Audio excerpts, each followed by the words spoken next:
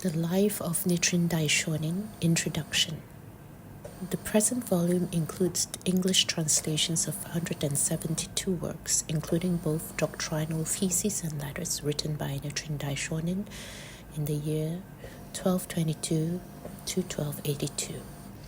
Before proceeding to the translations, a word or two about the historical and cultural background of the period in which Nichiren Daishonin lived may be helpful. In addition, we have included a brief biography of the Daishonin and a summary of his thought, and we conclude with a general description of his writings. We have also provided a glossary and other explanatory material at the back of the book. Furthermore, a short essay and supplementary notes concerning background and content follow each translation. Historical background. 13th century Japan was ruled by a warrior government whose headquarters was in Kamakura, a seacoast city southwest of present-day Tokyo. The Kamakura shogunate, as the government is commonly known, lasted from 1185 to 1333, and thus this span of time is referred to as the Kamakura period. The Kamakura shogunate, a government organization created and wholly dominated by members of the warrior class, represented a new phenomena in Japanese history. In the earliest period of Japanese history, if traditional accounts are to be trusted, the emperors exercised military power in person when the occasion demanded.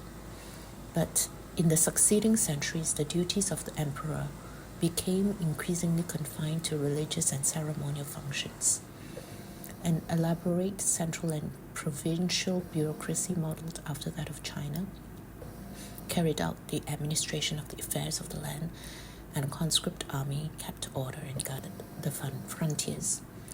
At the end of the 8th century, the emperor bestowed the title of Sei Tai Shogun, or Great General, who subdues the barbarians on a court official and sent him to conquer the indigenous tribes of the north. The title, abbreviated to shogun, was to figure prominently in later Japanese history when it came to designate the military ruler of the nation. But at this time, there was as yet nothing like a distinct warrior class or profession. During the long centuries of the Heian period, 794 to 1185, when the capital was located at Heian-kyo, or present-day Kyoto, the situation began to change. The court aristocrats, who hated the Chinese-style bureaucracy mentioned earlier, tended increasingly to pursue artistic and cultural interests in the capital and to neglect the actual administration of government affairs, particularly in the outlying provinces. As a result, a new class of farmer warriors emerged, who were commonly referred to as samurai. By reclaiming or opening new lands for cultivation in the remoter regions, they succeeded in creating small estates for themselves. To avoid taxation from the central government, their lands were nominally entrusted to powerful aristocratic families or Buddhist temples, but in effect, these constituted private holdings protected by the military prowess of individual samurai.